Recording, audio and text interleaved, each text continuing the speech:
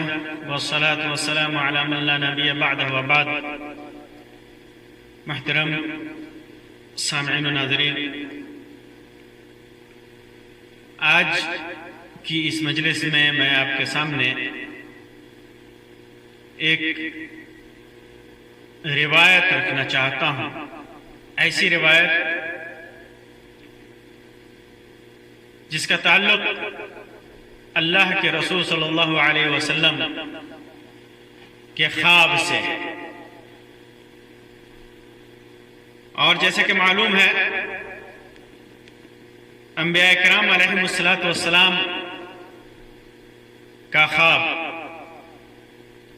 اللہ تبارک و تعالی کی وحی کا درجہ رکھتا ہے۔ انبیاء کے سارے خواب سچے ہوتے، جیسا کہ ابراہیم علیہ السلام کے سلسلے میں آتا ہے کہ ابراہیم علیہ السلام کو اللہ تبارک و تعالیٰ نے خواب ہی میں دکھایا تھا کہ اپنے بیٹے اسماعیل کو ذبح کریں۔ اسی طرح بہت ساری باتیں اللہ کے رسول صلی اللہ علیہ وسلم کو اللہ تبارک و تعالیٰ نے خواب کے ذریعے ہی بتائی، تو نبی کا خواب وحی کا درجہ رکھتا ہے۔ وہ عظیم روایت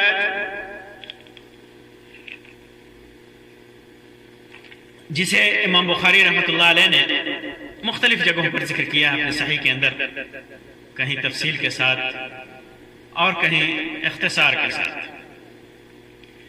وہ روایت سمرہ ابن جندب رضی اللہ عنہ سے مروی ہے۔ وہ فرماتے ہیں کہ اللہ کے رسول صلی اللہ علیہ وسلم جو باتیں اکثر صحابہ کرام سے کیا کرتے تھے، ان میں سے ایک بات یہ بھی ہوتی کہ تم میں سے رات میں کس نے خواب دیکھا اور کیا دیکھا؟ پھر جو چاہتا اپنا خواب نبی اکرم صلی اللہ علیہ وسلم سے بیان کرتا۔ اور یہاں یہ بھی وضاحت کر دوں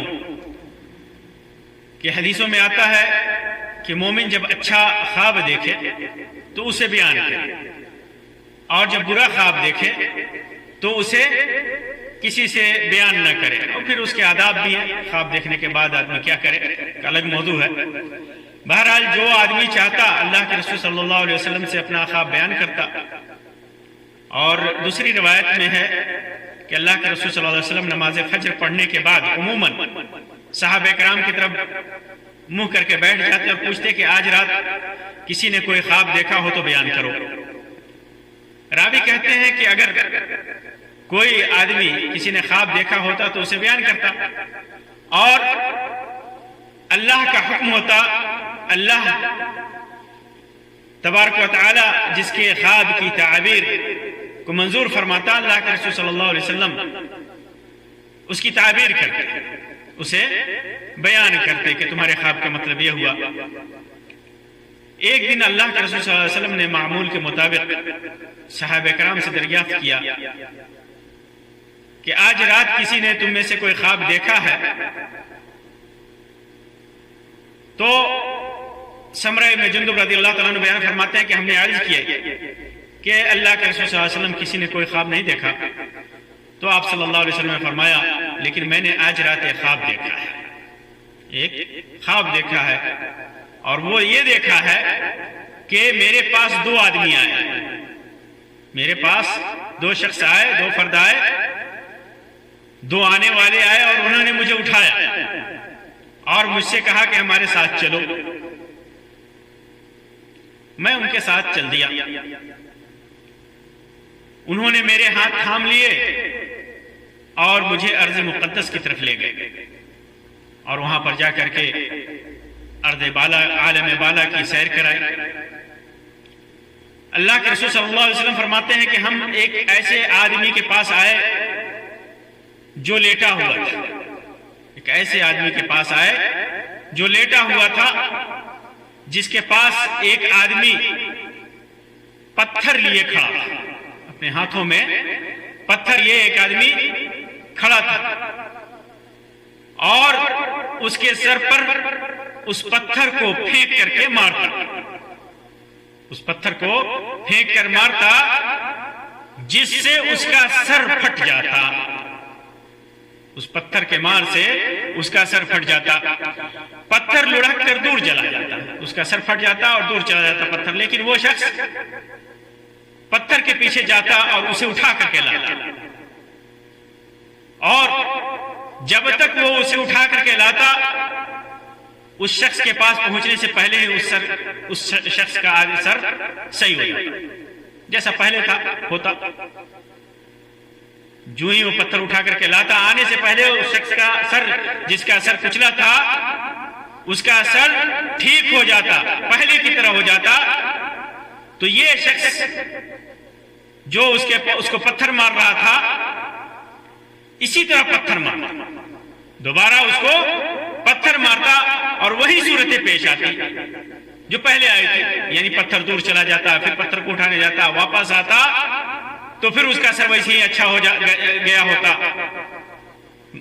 پھر اس کے بعد پتھر دور پڑا، یعنی بار بار کرتا اور ہر بار اس کا سر اچھا ہو جاتا اور پھر یہ پتھر مارتا، اس کا سر پھٹ جاتا۔ اللہ کے رسول صلی اللہ علیہ وسلم نے فرمایا کہ میں نے ان دونوں سے پوچھا سبحان اللہ یہ دونوں ہیں کون؟ دونوں کون ہیں اور اسے کیوں مارا جا رہا ہے اور مارنے والا کیوں مار رہا ہے؟ تو انہوں نے کہا کہ چلو آگے بڑھو آگے بڑھو آگے بڑھو۔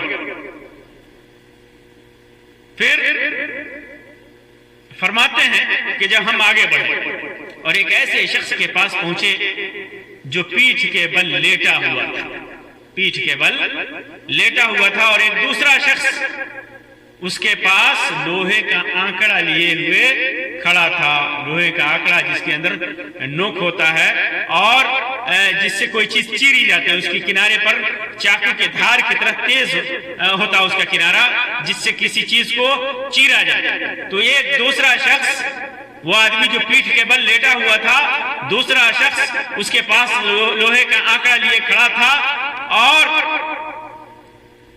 یہ آدمی جو دوسرا تھا وہ کیا کرتا، اس کے چہرے کے ایک طرف آتا اور اس کے ایک جبڑے کو گدی تک چیرتا، آنکڑا لگا کر کے اس کی گدی تک ایک چہرے کے ایک حصے کو چیرتا اور اس کی ناک کو گدی تک چیرتا، اس کی ناک کو گدی تک چیرتا، ناک کو بھی گدی تک چیرتا اور اس کی آنکھ تک چیرتا، یعنی ادھر سے چیرتا ادھر سے چیرتا، پھر دوسری جانب جاتا چیرنے کے لیے، ادھر بھی اسی طرح چیرتا جس طرح اس نے پہلے جانب کیا تھا، ایک طرف چیرتا پھر دوسری طرف ایک طرف چیرنے کے بعد دوسری طرف چیرنے کے لیے جاتا، ابھی دوسری طرف چیرنے سے فارغ بھی نہیں ہوتا کہ پہلی جانب والے جو چیرا تھا وہ اپنی صحیح حالت میں لوٹ آتا، پہلا کنارہ پہلا حصہ لوٹ آتا، اس کا چہرہ لوٹ آتا، پھر وہ دوبارہ اسی طرح کرتا جس طرح اس نے پہلی مرتبہ کیا تھا، اس کو چیرتا اس کنارے کو، پھر اس کے بعد دوسرے کو چیرتا، پہلا اچھا ہو جاتا، پھر دوسرے کی طرف چیر کر کے پہلے کی طرف آتا اور اس کو چیرتا، اس سے پہلے کے پورا چیرتا، دوسرا جانب صحیح ہو جاتا ہے، برابر ایسا ہی ہو رہا ہوتا ہے، بار ایسا ہی کرتا۔ تو اللہ کے رسول صلی اللہ علیہ وسلم نے فرمایا کہ میں نے کہا سبحان اللہ یہ دونوں کون ہیں؟ انہوں نے کہا کہ آگے چلو ابھی کچھ نہ پوچھو۔ چنانچہ اللہ کے رسول صلی اللہ علیہ وسلم فرماتے ہیں کہ ہم آگے چلے، پھر ہم ایک تنور جیسی چیز پر آئے، تنور جس میں روٹیاں پکائی جاتی ہیں، تنور جیسی چیز پر آئے، اس میں شور کی آواز تھی، اس میں شور و غوغا ہو رہا تھا۔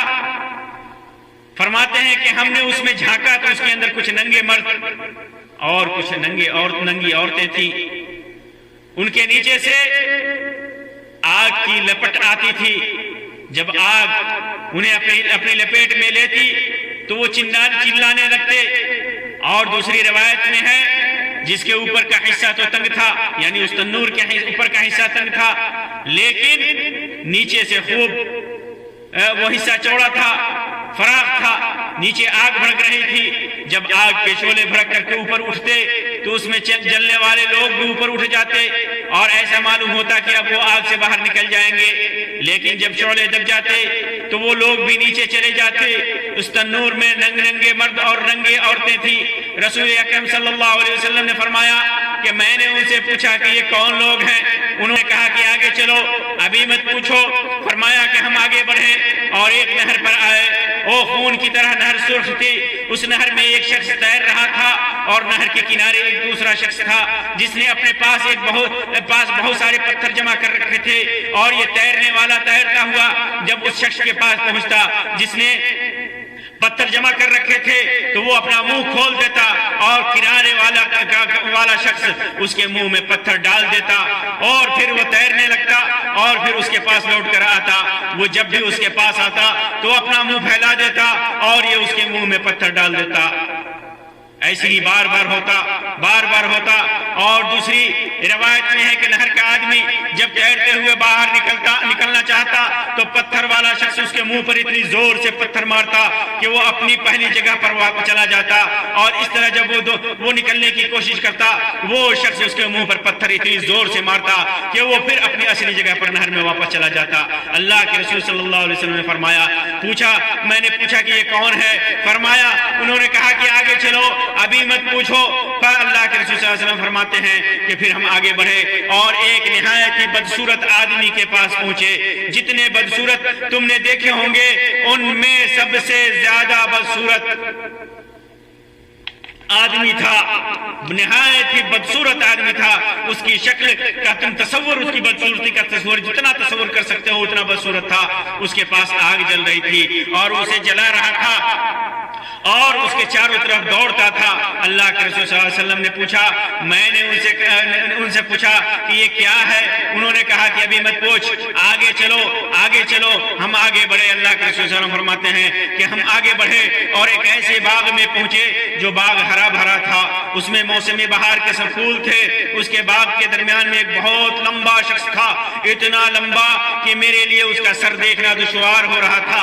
وہ آسمان سے باتیں کرتا تھا، اس کے سر آسمان کی طرف تھے اور اتنا لمبا تھا کہ میں اس کی طرف دیکھ نہیں سکتا تھا، اس کے سر کی طرف۔ اور اس شخص کے چاروں طرف بہت سے بچے تھے کہ اتنے تھے کہ میں نے اتنے بچے کبھی نہیں دیکھے تھے۔ اور دوسری روایت میں ہے کہ ہم ایک ہرے بھرے باغ میں آئے جس میں ایک بہت بڑا درخت تھا۔ اس درخت کی جڑ میں ایک بڑی عمر والے بزرگ بیٹھے ہوئے تھے، ان کے ساتھ کچھ بچے بھی بیٹھے ہوئے تھے۔ درخت سے قریب ہی ایک شخص اپنے آگے آگ سلگا رہا تھا۔ وہ میرے دونوں ساتھی مجھے لے کر اس درخت پر چڑھے۔ اس درخت اس طرح وہ مجھے ایک ایسے گھر میں لے گئے کہ اس سے زیادہ حسین و خوبصورت اور حسین و جمیل گھر میں نے اور بابرکت گھر میں نے کبھی نہیں دیکھا تھا۔ اس گھر میں بڑے بوڑھے جوان عورتیں مرد سب بچے سبھی قسم کے لوگ تھے۔ میرے ساتھی مجھے اس گھر سے نکال کر پھر ایک درخت پر چڑھا کر مجھے ایک اور دوسرے گھر میں لے گئے جو نہایت خوبصورت اور بہترین گھر تھا، بہت بہتر گھر تھا۔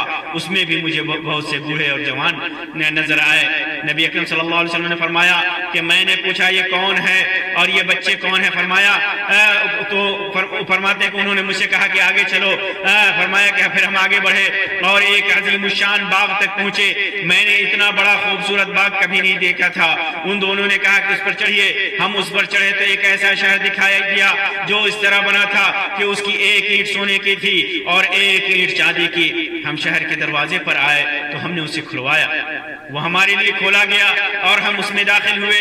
ہم نے اس میں ایسے لوگوں سے ملاقات کی جن کے جسم کا آدھا حصہ نہایت ہی خوبصورت تھا اور اتنا خوبصورت تھا کہ جتنا تم تصور کر سکتے ہو اتنا زیادہ خوبصورت تھا، اور ان کے جسم کا آدھا حصہ نہایت ہی بدصورت تھا، نہایت ہی بدصورت تھا، اتنا بدصورت تھا کہ تم جس کا تصور کر سکتے ہو، جتنی بدصورتی کا تصور کر سکتے ہو، جتنی کراہت کا تصور کر سکتے ہو اتنا زیادہ بدصورت تھا۔ اللہ کے رسول صلی اللہ علیہ وسلم نے فرمایا کہ ان دونوں ساتھیوں نے ان سے کہا کہ جاؤ اس نہر میں کود جاؤ۔ ایک نہر سامنے بہ رہی تھی، اس کا پانی نہایت ہی سفید تھا۔ وہ لوگ گئے اور اس میں کود گئے، اس میں ڈبکی لگائے اور پھر ہمارے پاس لوٹ کر آئے تو ان کا پہلا عیب جا چکا تھا، اب وہ نہایت ہی خوبصورت ہو گئے تھے۔ اللہ کے رسول صلی اللہ علیہ وسلم نے فرمایا کہ ان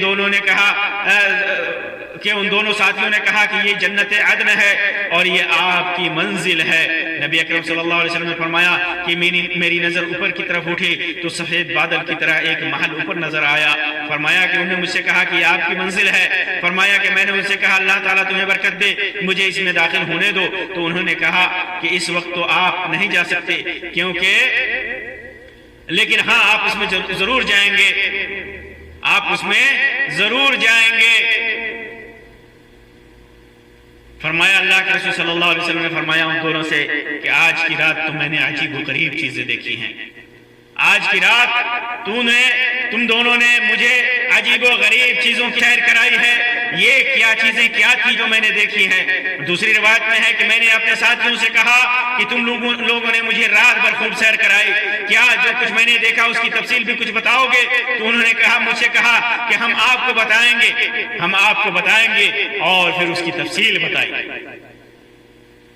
کہ ایسا کیوں ہو رہا تھا, اور وہ لوگ کون تھے جنہیں عذاب دیا جا رہا تھا, وہ لوگ بچے کون تھے, وہ مرد عورتیں کون تھی. تو اللہ کے رسول صلی اللہ علیہ وسلم کو ان دونوں ساتھیوں نے بتایا کہ پہلا شخص جس کے پاس آپ گئے تھے اور جس کا سر پتھر سے کچلا جا رہا تھا, ایک بار ایک طرف پتھر سے جب کچلتا اس کا سر زخمی ہوتا, پھر پتھر دوسری طرف جا پڑتا, پھر فرشتے جا کر کے لے کر کے اس پتھر کو لاتے اور پھر اس کا سر اسی طرح ہو چکا ہوتا, پھر دوبارہ مارتا اور قیامت تک ایسا ہوتا رہے گا. تو یہ وہ شخص تھا جو قرآن سیکھتا تھا پھر اسے چھوڑ دیتا اور فرض نماز کو چھوڑ کر سو جاتا. غور کیجئے کہ وہ شخص تھا جو قرآن کو سیکھا, جس نے قرآن کو سیکھا اور قرآن سیکھنے کے بعد اس سے بے اعتنائی برتی, اسے نسیہ منسیہ کر دیا, اسے بھلا دیا, اس پر عمل کرنا چھوڑ دیا. اور ایسا شخص جو راتوں کو فرض نمازیں چھوڑ کر کے سو جاتا تھا, فرض نمازوں سے بے اعتنائی برتتا تھا, یہ ایسا شخص ہے جسے عذاب دیا جا رہا تھا اور قیامت تک اسے عذاب دیا جاتا رہے گا. ایسے ہی عذاب دیا جاتا رہے گا, اسے عذاب ہوتا رہے گا.